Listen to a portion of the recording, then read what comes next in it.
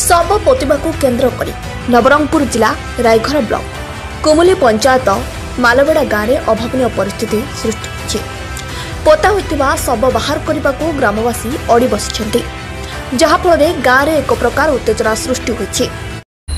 एबे आपण माने कहि परिबे जे ए सब को से माने काढ़ी की अन्य जगह से माने पोड़े दउछन्ते प्रभुंकर लोक माने ए गाँव रे जो प्रकार ए घटनाटा घटी केते दूर को एटा भलो हेछि जेते लोक देखुछन समस्ते कमेंट बॉक्स रे निहाती भाव रे आपनकर मतामत रखिवे। गोटे पोतीतिबा सब को गोटे निजर जगार रे करिथिबा बा पोतीथिबा सब को बाहर करिकी एमाने केते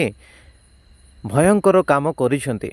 भावुंट से माने बहुत बड़ काम करदे बहुत भल काम करदे आउ से गाँ को से उन्नति आड़ को नहीं जाउछन्ते ए प्रकार से माने भावुंट मद खाइले एमान को खराब नाई एमान को गंधे टाणिले खराब नाई चोरी करिले खराब नाई हत्या करिले खराब नाई जेल जाइके आसिले खराब नाई किंतु जड़े जीशु को जानीगला ताहेले आउ जदि मृत्युवरण कला ताहेले से गाँव रे कबर देदेले तांको मानकु बहुत असुविधा होची। आसंतु अनेक आमे मतामत तांकर आमे सुनिबा कोन से कहउछन्ते।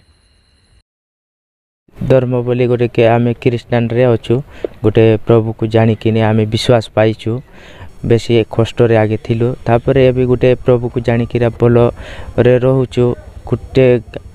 आगे बेसी परेशान होइतिलु तापर एबे भल रहिकिना गोटे विश्वास रे रहितिलु तार पई आमे प्रभु को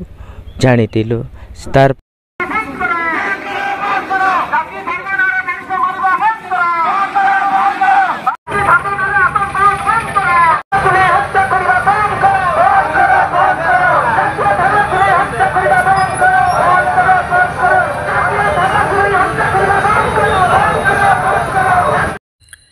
ए भाई कथा को आपन सुनिला परे जानी जाइथिबे जे भाई काहीकि धर्म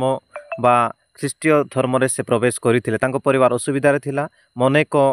भयंकर परिस्थिति देखि जाउथिला तेणु करी से ख्रीष्ट धर्म को जेतेबेले निजर करिछि तार जीवन परिस्थिति बदली जाइछि। प्रभुंकर लोक माने सेति पय तांको परिस्थिति को देखिकि लोक माने बहुत निंदा ताड़ना करी तांको परिवार को हताश करी तांकर सब को काढ़ी अन्य जगह रे से मान नै कि कोन कोन करिदेले आ सेई निमंते आज नवरंगपुर ठारे ए शोभा यात्राटा आरंभ होइछि ताकि जाति नारे धर्म नारे एई प्रकार काम करा न जाऊ जाति नारे धर्म नारे नहीं कि लोक मानकु ताड़ना मारिबा पिटिबा लोक मानकु जेल रे रखिबा लोक मानकर हत्या करिबा